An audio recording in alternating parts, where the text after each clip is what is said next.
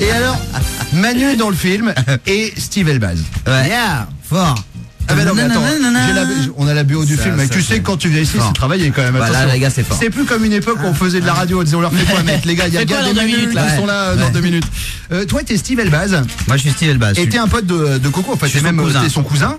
Et tu te dis si lui il organise la plus grande bar mitzvah au monde pour son fils, faut absolument que je fasse l'organisation de cette soirée. Ouais parce que j'ai une boîte d'événementiel et j'ai monté ma boîte, elle s'appelle Steve Paradise. L'événement au-delà du delà. Ça c'est le slogan de la boîte. Et j'aimerais beaucoup que Coco, mon cousin, me confie effectivement l'organisation de cette bar mitzvah. Mais le problème, c'est que Coco, il me trouve trop petit, il veut les Américains. Ouais. Mais toi, t'es prêt à faire un truc à l'américaine quand même. Ah, moi, je suis prêt à lui ramener Blanche-Neige avec 7 vrais nains.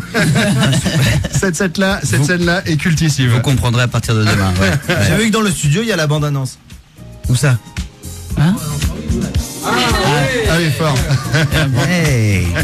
La bande-annonce. Nance Delgado. Putain, ouais, Nance Delgado. Ouais. Ah, t'es là. Le rouquin. J'aimerais qu'on débriefe au niveau radiophonique sur cette vanne, chers auditeurs. Alors, oui, non, mais t'as raison. 2 petites secondes de débrief. Alors, la bande à Nance, parce qu'il y a Nance Delgado qui travaille dans cette équipe. Il y a un gars qui est devant nous, qui a le look d'un camionneur américain. Un camionneur américain rouge qui un mec de fait divers qui va égorger 5 gars avec une grosse scie dans le Nevada. Une scie déjà fait.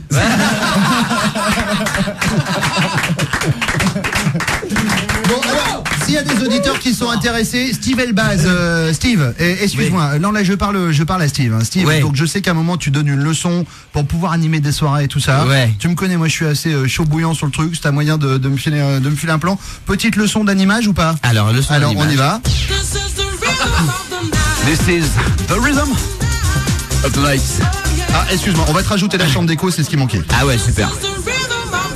This is the rhythm. T'as vu, c'est mieux. Of the night.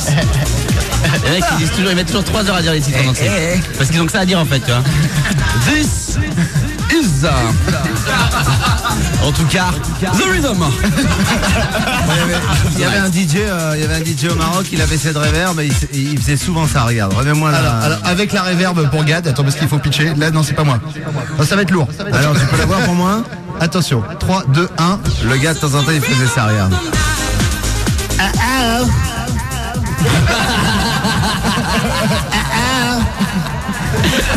Juste ça, il était connu, il s'appelait Jean-Noël, c'est un grand DJ.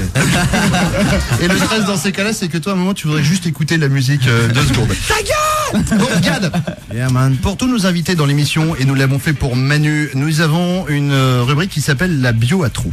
Ah, alors là, sache que ça va me faire plaisir. Nous avons récupéré... Je sais pas ce que c'est, mais parce que je mange bio déjà, parce que j'aime les trous. Voilà, le principe de la bio à trous, c'est que nous avons récupéré ta biographie sur Internet, sur le site Wikipédia pour ne citer que lui, et que donc il y a peut-être des erreurs. En tout cas, il y a des vides. Ces vides seront signifiés par cette petite clochette. Qu'un son pourri qu'on a mis le premier jour à l'arrache et depuis il est resté. On veut le changer. Comme quand on était petit, il fallait tourner la page. Ouais, voilà, bah c'est ça. Et quand tu entendras ce son, il faudra que tu nous dises ce qui manque. Soit tu dis la vérité. Que ça correspond à une bicyclette, par exemple, ou un truc comme ça. Voilà, par exemple, si tu veux. Tu nous dis soit la vérité, soit des conneries. Est-ce que tu es prêt? Allez, c'est parti, je te jure, je suis prêt. Je te sens chaud. Attention, musique de bio à trous. Gad Elmaleh est né un 19 avril à Casablanca. En 1988, à 17 ans, Gad quitte le Maroc pour Montréal pour étudier... Pour étudier quoi? Les sciences politiques. Exactement. Puis il vient en France en 1992 à Paris pour suivre une formation de comédien. Il débute antibute. Un antibiotique contre le scorbut. Il débute en tant qu'assistant de Eli Kakou. Exactement. En 97, il présente son premier spectacle en solo décalage, mis en scène par Isabelle Nanty, et apparaît dans son premier film. Salut cousin. Manu fait anti-sèche. Il présente en 2001 son second one-man show, La vie normale. Bien sûr. En 2003, il est à l'affiche de la comédie Chouchou, inspirée d'un texte de La vie normale dont il est également le co-scénariste et où il joue un travesti. Est-ce que ça met un peu la pression, le carton de Chouchou, quand il y a son film à soi, même personnellement jeu qui sort? C'est les rushs d'une phrase qu'il faut que je monte. Je fais le montage. Je le fais à l'anglaise. You, yourself, in you. Écoute, on a vu Bruno ce matin, il nous a proposé ça. Est-ce que je mets tout en même temps ou je te propose une version Mec, écris-lui en Arial 14, c'est un fou. Il peut péter un peu. T'es en New Times roman, il peut devenir dingue. Non, je pense que pression, c'est de voir que les autres, voilà quoi. Ouais. En 2005, il est en tournée pour son spectacle L'autre c'est moi. 2006, on le retrouve au cinéma dans la doublure de Francis Weber où il incarne Pignon. Exactement. Le 22 mars 2006, Renaud Donnedieu de Vabre le fait Chevalier des arts et de l'âtre. Est-ce que du coup c'est ce qui t'a un peu donné le déclic pour l'ouverture de la scène de la médaille. Coco? Ouais. Tu sais ce qui m'a donné le déclic surtout de mettre des gens totalement décalés avec cet univers-là, c'est que quand j'ai eu cette médaille au ministère de la Culture, j'ai eu des tantes qui sont venues de partout. Et elles avaient des attitudes qui n'étaient pas très ministérielles, quoi. Elles embrassaient le ministre, elles faisaient des you-you, elles touchaient la médaille, elles l'enlevaient, elles disaient au ministre tape 5. Et, tu vois, moi j'ai une tante, elle est comment dire, elle est considérable, quoi. Ouais. Elle a une grande aura, tu veux dire. Entre son visage et le ministre, il y avait vraiment une grande superficie déjà. Elle la serrait très fort dans ses bras. Le gars n'avait jamais vécu ça sous la 5e République. Donc ça complètement source d'inspiration pour le début de Coco, parce que c'est ça. Et d'ailleurs c'est bien que tu mettes le doigt dessus parce qu'il y a toi ici et il y a Manu qui joue donc le rôle de Steve. J'aimerais qu'on revienne 2 secondes sur les autres protagonistes du film. J'avais promis de loger protagoniste, hein. C'est une fois tous les 2 ans. Bien joué, man. Notamment Harry Habitant qui est extraordinaire dans le rôle de Max. Une révélation vraiment. Ouais. Jean Benguigui qu'on connaît bien mais qui est aussi très très grand. Gladys Cohen, Noémie Lvovsky, est-ce que je l'ai bien dit? Je ne sais pas. Ouais. Et tout ce beau monde fait que le film est canon. Voilà, il sort demain, il s'appelle Coco. On peut enfin dire demain, tu te rends compte? Ouais. Wow, tu sais, je sais pas si tu mesures. Non mais vraiment, je disais ça avec Harry tout à l'heure. Tu sais cette expression que les gens te disent quand un truc arrive bientôt et pas en rigolant, mais cette expression ils disent mais attends mais c'est demain quoi. Ouais. Il y a 2 mois je disais Coco sort le 18 mars, mais attends 18 mars c'est demain. Et là c'est vraiment demain. Putain. Après toute cette attente, man. Toute cette attente. Long métrage, ça porte bien son nom, les gars. La promo. Ah non, mais. Et toi, alors Manos, qu'on a connu au début, hein, Ouais.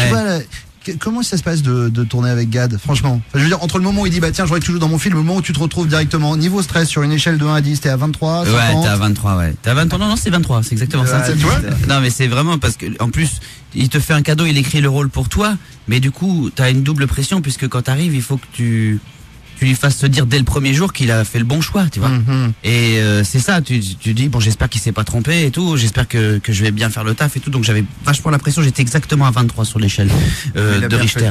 Ouais, très bien. Et le comble de la classe de Gad, c'est que donc Manu, vous le savez, est issu de la Réunion et sa camionnette, la camionnette de Steve, elle base dans le film à une plaque minéralogique réunionnaise. Ouais. Ok. Là, t'es fort, man.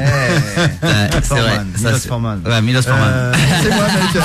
On refait Mozart, vite fait, c'est pour les potes. Allez, les gars, tout le monde en place. C'est la première fois qu'on en parle, ça. Mais tu l'as remarqué, ça? Mais oui, bien sûr. C'est fou, ça. Mais mec, j'ai vu les rushs, j'ai monté, j'ai tout fait. Hein. J'ai changé 2-3 trucs, d'ailleurs, tu me diras. J'ai changé la fin. Sur la fin, enfin, tu me diras. Je vois que t'es pas au courant, ça m'ennuie. Ouais, sois pas surpris demain, on s'est mis dedans. C'est fou, Alain Delon. Il y a un heure. Bruno Camille qui arrive. Allez, Manu et Gad, reste avec nous jusqu'à 20h. Vos messages pour eux, c'est par SMS 6 32 32. C'est d'ailleurs par ce biais-là que vous allez pouvoir gagner 32. dans quelques secondes un téléphone portable. Vous allez jouer au Gad et Manu Quiz. Le temps d'écouter les Virgins.